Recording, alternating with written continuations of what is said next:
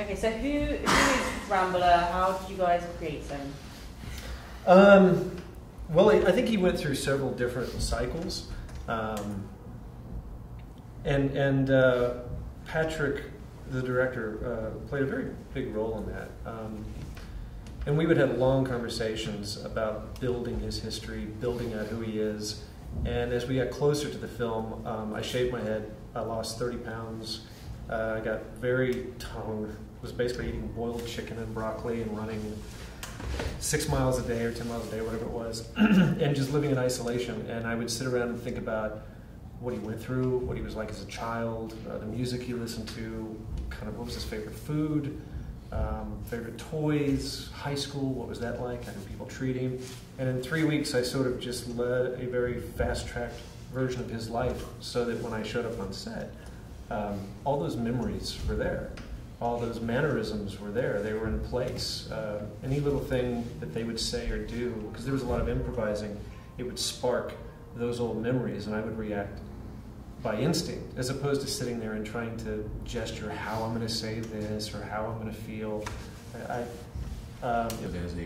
As a director who comes from the school of acting and the craft of acting,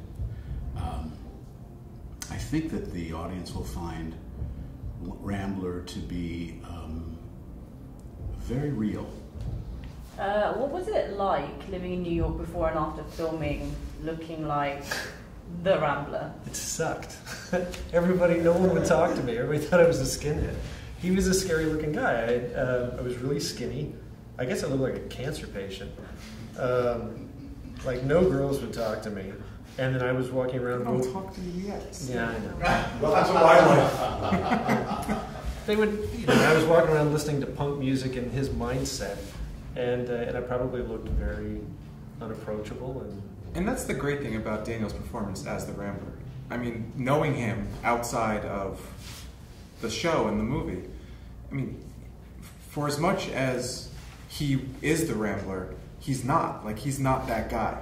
And to see him transform into a character like that, you're like, who is this guy? Like, who is he? And I think that's why people were tending to stay away from him, because they're like, that guy is just the great thing is that the friends that I have are very, very close, and they understand that. And so when I do these roles, they get it.